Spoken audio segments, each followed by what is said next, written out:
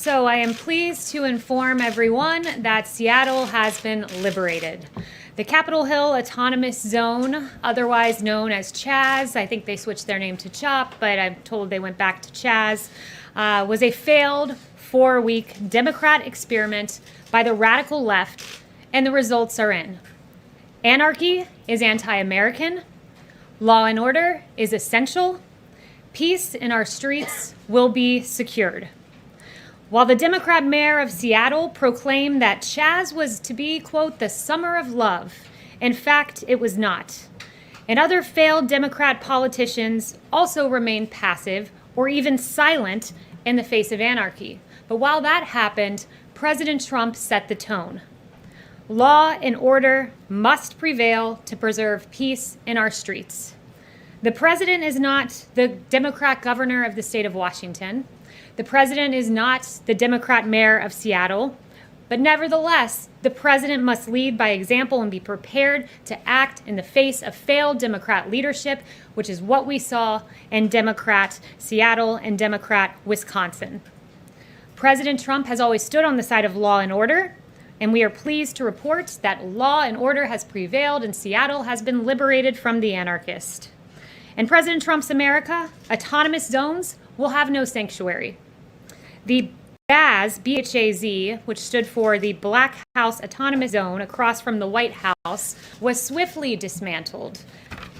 100 anarchists were arrested for rioting and destruction of federal property here in D.C. I believe that number is now above 300. 4 men have been charged in federal court for attempting to tear down the statue of Andrew Jackson in Lafayette Square, and there are 200 open domestic terrorism investigations. You contrast the president's vision of law and order to that of the failed CHAZ experiment in anarchy. And here's what you find in the failed Democrat experiment that took place out in Seattle.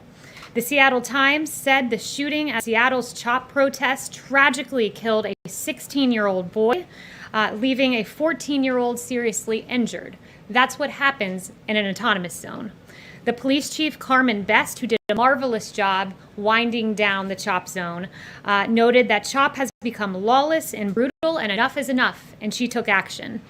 According to reports, quote, police also investigated several vehicles circling the CHOP zone with people inside carrying firearms and wearing body armor.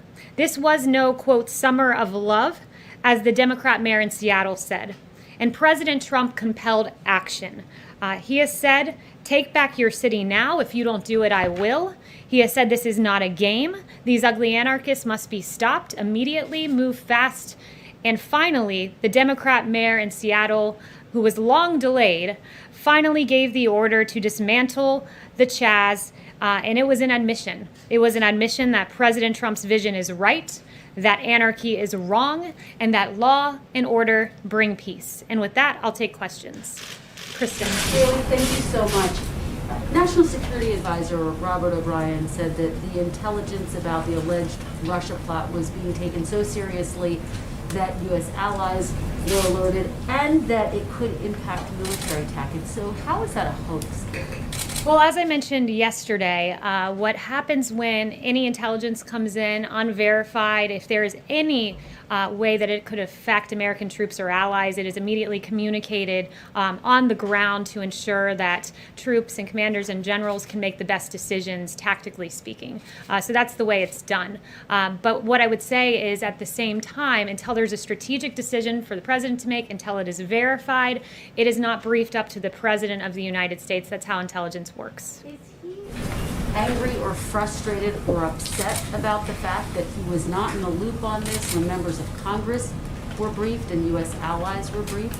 No, the president believes that and has great faith in Ambassador O'Brien and the others who made the decision that this shouldn't be risen to his desk. It was a career CIA officer with more than 30 years tenure who made the decision not to brief it up, and the National Security Advisor agreed with that decision. She's an excellent officer and does great work, and made the decision not to brief it up. It was the right decision to make, and at this moment as I speak to you, it is still unverified. And Kayleigh, just to follow very quickly, I've heard you and Robert O'Brien and others express real outrage about the leaks. is there outrage about what the intelligence community is investigating, which is the possibility of these Russian bounties targeting U.S. troops? Make no mistake that this administration has acted tough on Russia, always makes the decision that's in the best interest of protecting our troops, like killing General Soleimani, who killed 600 American troops, maimed thousands others, and al-Baghdadi. We always act in the best interest of our troops, but this is unverified still at this very moment. John. Kayleigh, why is the president calling Black Lives Matter a symbol of hate? Well, what the president was noting is that that symbol, when you look at some of the things that have been chanted by Black Lives Matter, like pigs in a blanket, fry 'em like bacon, that's not an acceptable phrase to paint on our streets. Look, he agrees that all Black Lives Matter, including that of Officer David Dorn, Patrick Underwood, 2 officers whose lives were tragically taken amid these riots. All Black lives do matter. He agrees with that sentiment. But what he doesn't agree with is an organization that chants pigs in a blanket, fry 'em like bacon about our police officers, our valiant heroes who are out on the street protecting us each and every day. Americans of all races have protested in all 50 states around that phrase, Black Lives Matter, and the president is here calling it a symbol of hate? He's talking about the organization. I would note to you that the greater New York BLM president has said if this country doesn't give us what we want, that we will burn down the system, and I could be speaking literally. I'd call that a pretty hateful statement. But Kayleigh, Yes, he's not Ben. talking about the organization in his tweet. He says Yes, the words. Ben. He says the words. Which, Black Lives what's Matter. the name of the organization again? Black Lives Matter. There you go. You That- just those are answered the- my those are question. the words that are Go ahead, being on Ben. Fifth Avenue. Question on coronavirus. Earlier today, the president said, I think that at some point that's going to sort of just disappear, I hope. Is hoping that it will disappear the president's strategy at this point? No, the president's confident that it'll disappear. He's confident that he's put together a revolutionary, first-class team that is going to break through bureaucracy and get us a vaccine. He's confident that that will lead us to a place where we won't have COVID on our hands. And in fact, there was very pleasing news today from Pfizer and BioNTech that showed positive results for their vaccines. Dr. Fauci says that we're heading toward the 100,000 cases per day. But so why does the president have evidence that it would just disappear? Well, he one- distinguished between a vaccine and it just disappearing. One thing I would note with regard to cases, we're aware that there are embers in the country. We're aware that there are places with rising cases, and that's why Dr. Birx is on the ground and others. We're continually assessing that. But one thing I would note is just that when you do test more people, you do identify more cases, and that is rapidly ongoing. We're testing more than 500,000 a day. To give you an example, on April 6th, really the height of the pandemic, we were doing 151,525 tests. One day, Thursday is the number that I have here. We conducted 637,587 tests. So when you have more than a 5-fold increase in tests, you have a greater identification of Do you cases. consider what's happening in Florida, in Texas, and Arizona as embers? I would say that we see rising cases, we see embers around the country. We always knew that would come with reopening, but those who are identifying as positive cases do tend to be younger individuals, as the vice president noted, and I think the increase in testing is part of the contribution to what we're seeing. Yes. Today, Mayor Bowser said her office has communicated with the Department of Interior about the 4th of July celebration, and it's not, in her mind, in keeping with CDC guidelines, as well as DC Department of Health guidelines. The White House has said over and over again we should look to our local authorities for how we should act. Should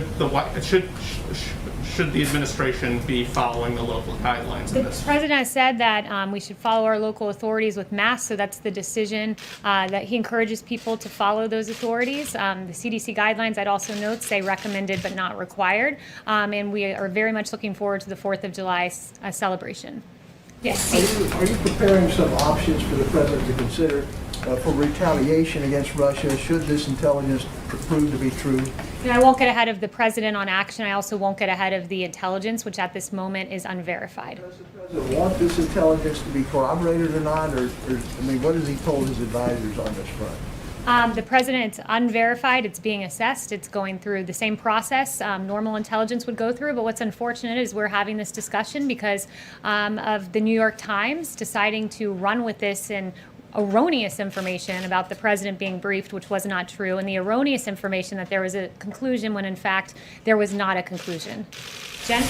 Yeah, Kayleigh, can you confirm that the CIA director and the NSA director will brief the Congressional Gang of 8 tomorrow about the Russia bounties? Yes, that is the plan. Two of them. Anyone else that will be briefing the candidate? I'm not entirely sure who else will be in that briefing. Say, does the president generally have confidence in the intelligence community's findings and conclusions about Russia? Yes, he does have a confidence, and he's many times acted on verified intelligence, and there's times he's decided that it's in our strategic interest not to act. I'd give you the example of Soleimani and al-Baghdadi, and then the example of Iran shooting down, when Iran engaged in actions and the president said it's not time to engage because shooting down an entity is not the same as losing loss of civilian lives. Yes. Thank you. Thank you, Kayleigh. Shooting down a drone, excuse me. Yes. The president has come under criticism this week for statements that he has made that his detractors say are dog whistles to a certain segment of his base that he is trying to gin up for re-election. Those include comments like Kung Flu, our heritage, while talking about Confederate statues. And most recently, they include the video that I know you discussed in here the other day, but the video of a supporter of his using the term white power. So why hasn't the president denounced that video and called that a hateful statement? The president took down that video. That deletion speaks strongly, and what I would note, the president has repeatedly condemned hate.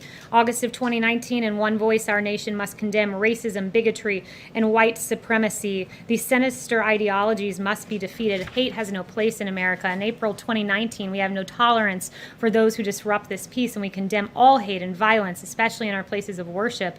August 2018, I condemn all types of racism. He's repeatedly done this. That specific video and said that that is hateful language that was used in it. He deleted it. The deletion speaks for itself. His repeated condemnations of hate speak for themselves, and this is a president who's repeatedly condemned hate and repeatedly encouraged for us all to come together. Yes.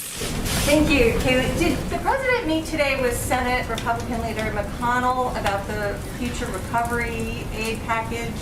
And is there any sort of agreement on additional unemployment insurance or stimulus payments?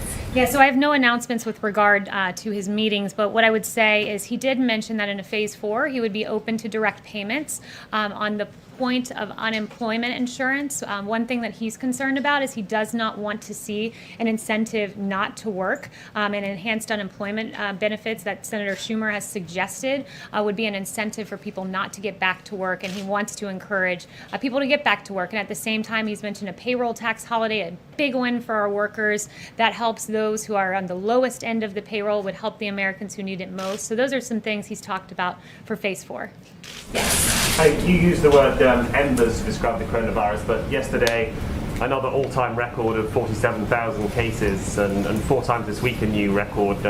Why do you use the word embers when many people would say it's more like a wildfire? So I use the word embers because that is what the president has acknowledged that would happen around the country. You would see spikes across the country. He said at times you would see a fire across the country, embers, fires. But at the same time, I would note the increase in cases, or the increase in testing, 6-fold increase in testing. You identify more cases. I'd also note that Secretary Azar said that we've seen nationwide that fatalities at a 2-month low. So this is a different situation when those who are testing positive are younger. We have increased tests. We're aware where there are surges. That's why Dr. Birx is on the ground. But we believe we are equipped to handle what we see on the horizon. Has the president made a conscious decision to talk less about the virus? I think in his town hall with Sean Hannity, someone measured it was only 3 minutes that he discussed it. He tweets about it far less often than he used to. The president is not focused on talking, he's focused on action, and his administration has taken historic action with regard to the coronavirus. We have an excess amount of PPE, surge, a huge amount of ventilators in the stockpile, things that could never be done, we were told, have been done under this administration, testing more than 600,000 a day. This president has done a historic job with regard to the coronavirus. Lalit. Thank you. President yesterday tweeted that he's angry against China. There's anger against China in India also. So India has banned 59 apps from China, including TikTok. How does the president knows about it, and what are his views on this? So with regard to India and China, we're closely monitoring the situation. He is as well. Both India and China have expressed a desire to de-escalate, and we support a peaceful resolution of the current situation. And he said that China's aggressive stance along the India-China border fits with a larger pattern of Chinese aggression in other parts of the world, and these actions only confirm the true nature of the Chinese Communist Party. TikTok, India banning the TikTok app. No announcements on that. I would just point you to what Secretary Pompeo said earlier. Yeah. Yes. When can we expect the president to weigh in on Israel's plan to annex parts of the West Bank and the Jordan Valley? And how much does this delay perhaps have to do with the concern about setting evangelicals here in the United States, who, of course, are a really important part of the president's base in the election effort? Yeah, so I've not spoken to him about that specific issue, but he's a great supporter of Israel, and I would just leave it at that. But Kayleigh says that there could be something this week, so I'm just wondering what the delay is, and maybe you could weigh in on, there are concerns this could be the final nail in the coffin on a Palestinian state. Like, what is the president thinking about that? So no announcements on that front, and I won't get ahead of him on anything that would happen this week or beyond. Yes. The president has said in this room that he wants to meet the Taliban leadership. Now that world leaders are coming here again, is that on the cards? Is that going to happen soon? Is there a timetable? So again, I won't get ahead of the president on that. What the president wants is to see our troops come home from Afghanistan. He has been on the record being against keeping a sustained presence in Afghanistan. He does not believe in foreign adventurism and wars that drag on. He believes the ultimate way to secure our troops is to bring them home. Have the reports of the Russian bounties to Taliban fighters affected that calculus? That's unverified intelligence that's currently being assessed. Yamish? Hi, thanks, Kayleigh. The first question I have is two questions. The first is, on Monday, the president went after stripping racist names on buildings. On Tuesday, he went after a rule to combat racial segregation. And then today, he said that he described the words Black Lives Matter as a symbol of hate. Why is he digging in on race in this way? So first, I mean, if you're saying that the fact that he does not want to rename our bases, if you're considering that racist, then apparently 56% of America is as well, because 56% of America is against changing the name of U.S. military bases. He believes that our young men and women who left these bases overseas, many of whom lost their lives, and the last thing they saw was being on one of these military bases, that they should not be told that the base that they trained in, the last place they saw on American soil, was a racist institution, and that's a proposition the vast majority of America agrees with. Including him saying that the words Black Lives Matter, as you've noted, has been chanted in 50 states. Why is he saying that that's a symbol of hate, on top of all the other things that he's done just this week alone in terms of race? Well, is pigs in a blanket fry 'em like bacon racist? I mean, is that hateful? That is a hateful thing to say, I would argue. I would think the vast majority of America would agree with that too. I think the vast majority of America would think it's hateful to say that we will burn down the system, and I could be speaking literally. I think the vast majority of America would agree with him yet again that holding up a severed pig's head is unacceptable. You're not going to engage on that. I have a second question. I did engage on that. The second question I engaged on that, Yamish, and I said we agree. All Black Lives Matter with that sentiment, but we will not stand with an organization that exhibits that kind of hate against our police officers. The second question is, what does the president have to say to military service, the families of service members who are really afraid that their loved ones might have been killed in connection to this Russia bounty? There are families already saying, we want the United States and federal government to call us and settle us up. Kristen had an interview with a father saying that just this week. What is this president's message to the military families in this country? So that it's unverified intelligence. It's continually being assessed, and the Department of Defense has said they do not know of any Americans that have been killed in relation to this unverified intelligence that's currently being assessed. Yes, Janelle. Thank you, Kayleigh. The president has stated in the past that he will not tolerate defunding police, and he said this multiple times. Considering that many Democrat-led cities have now done so, including New York City as of this morning, what does not tolerating this move look like from the president's vantage at this time? Yeah, I mean, speaking out fervently against it, and what it means is, this executive order gives additional funding to police departments if they meet certain standards. We want safe policing. We want to make sure that police officers are trained to de-escalate. That's why there is this supplementary funding in the EO that incentivizes and rewards police departments that train their officers in de-escalation, that get rid of chokeholds except when there's an incident of lethal force. But look, he stands firmly with America yet again on this, with 64% of opposing defunding the police. That's a huge number. 57%, according to another HuffPo YouGov poll, stand against it. And look, where America stands is here, where we're at a place where 64% of the nation are concerned that the growing criticism of America's police will lead to a shortage of police officers. That will harm all Americans. It's an untenable principle, and it's unacceptable when you have people like Representative Ocasio-Cortez really suggesting where the Democrat Party stands today, because taking $1 billion away from NYPD police officers wasn't enough for her. She wants to take it all away. She doesn't want police officers, and that's a really unacceptable proposition. The USMCA also, it takes effect at midnight. What immediate changes is the White House hoping to see immediately starting tomorrow? And then are there any elements of the USMCA that may be hindered because of COVID-19?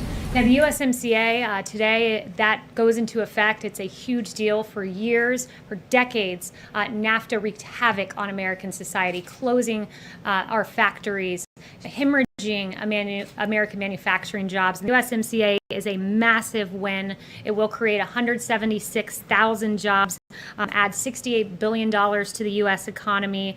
28,000 manufacturing jobs are expected to be added, and agricultural and food exports will increase by $2.2 billion, a big win for our farmers. So we expect to see that start to take effect. It's a big deal, and it's a reversal of decades of failed U.S. policy with the USMCA, the Trans-Pacific Partnership, horrible trade deals that betrayed America's workers. Under President Trump, the forgotten man and woman is forgotten no longer. Thank you, guys.